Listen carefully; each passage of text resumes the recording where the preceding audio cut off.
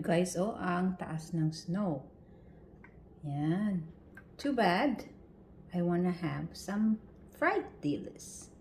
Hi guys! Good morning! Today we are going to talk about kung paano ako nagluluto ng dilis. Yan.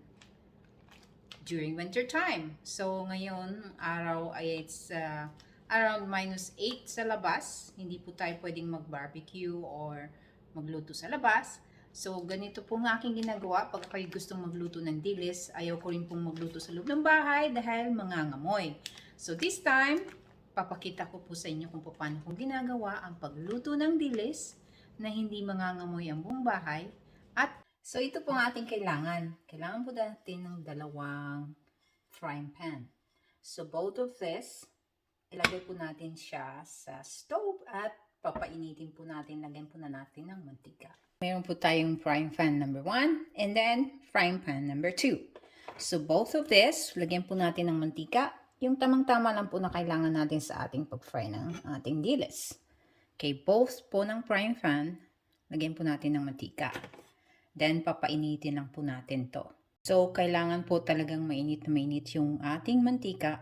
Pareho po siyang dapat mainit. And then, ito pong package ng dilis, nakasabi po 100 gram. Hindi ko po uubusin lahat because ako lang naman ang kakain. So ngayon, kalahati lang po ating gagamitin.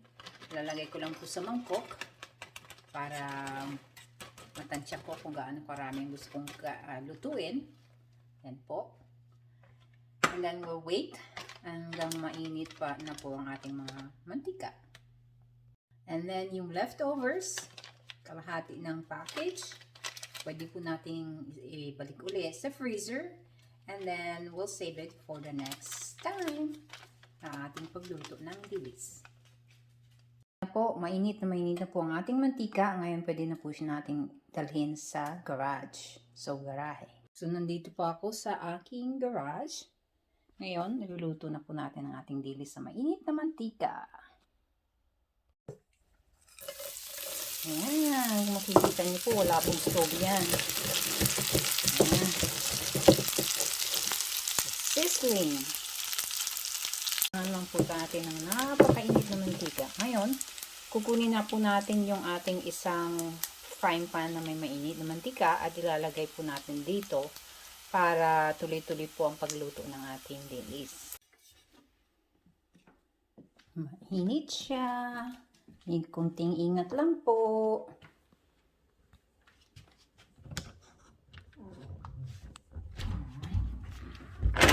Hirap magbukas ng pintuan pag ang kamay ay maraming hawak.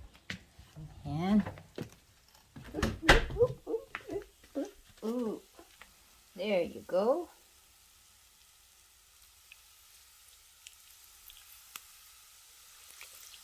Ayan. Still sizzling hot.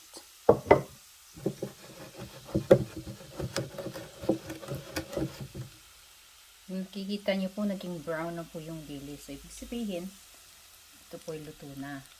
Ayan. So, kahit mangangamoy po yung ating garahe, at least, hindi po sa loob ng bahay. There we go. Leave it for a few more minutes hanggang ito po ay malutong na. So, halu-haluin lang po natin para maging pantay-pantay ang pagkakaluto ng ating dilis. So, makikita nyo po, totally brown na po siya. So, ibig sabihin, ito po ay malutong na at naluto na ng maayos. Kung kulang pa yung lutong niya, pwede po kayong tuloy-tuloy na magpainit ulit ng mantika na mainit-mainit at buhos ulit dito sa ating frying pan hanggang ma-achieve nyo na po yung lutong ng dilis. Po, pwede na po natin i-transfer sa ating plato na lined with paper towel. Ayan. At ganun lang po kasimple, meron na po tayong malutong na pritong dilis. So, kung nasa ibang bansa ka na merong winter time at ikay nagki-crave ng dilis na malutong, at ayaw mong mangamoy ang iyong bahay, ito po ay pwedeng gawin kagaya ng aking ginagawa. Achieve the goals. There you go. tingnan natin kung talagang malutong nga. Maraming mantika. Ayan.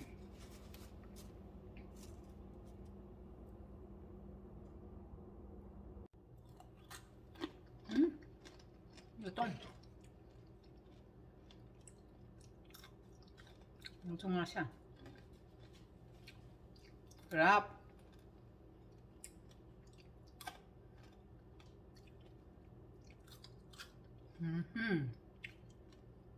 Ito po. Sarap na ang dilis. Lutong.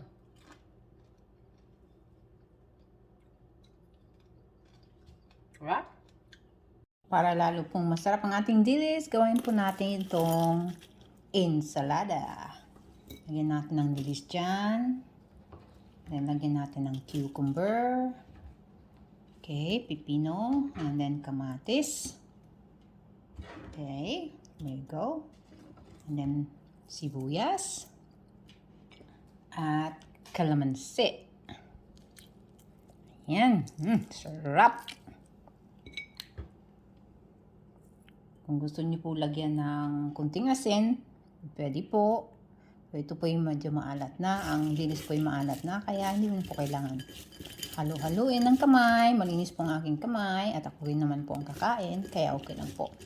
Ayan. Sarap. There you go. Sabay sa napong kainin. Sarap.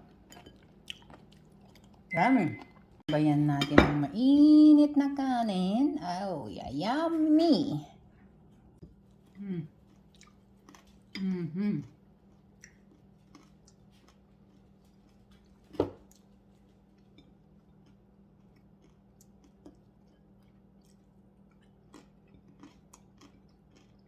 Solve na solve ng pananghalian ko, guys. So good.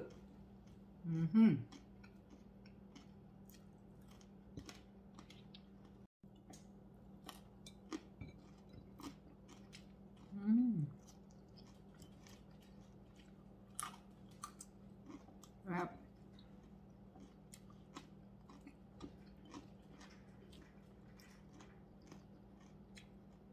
Kain tayo.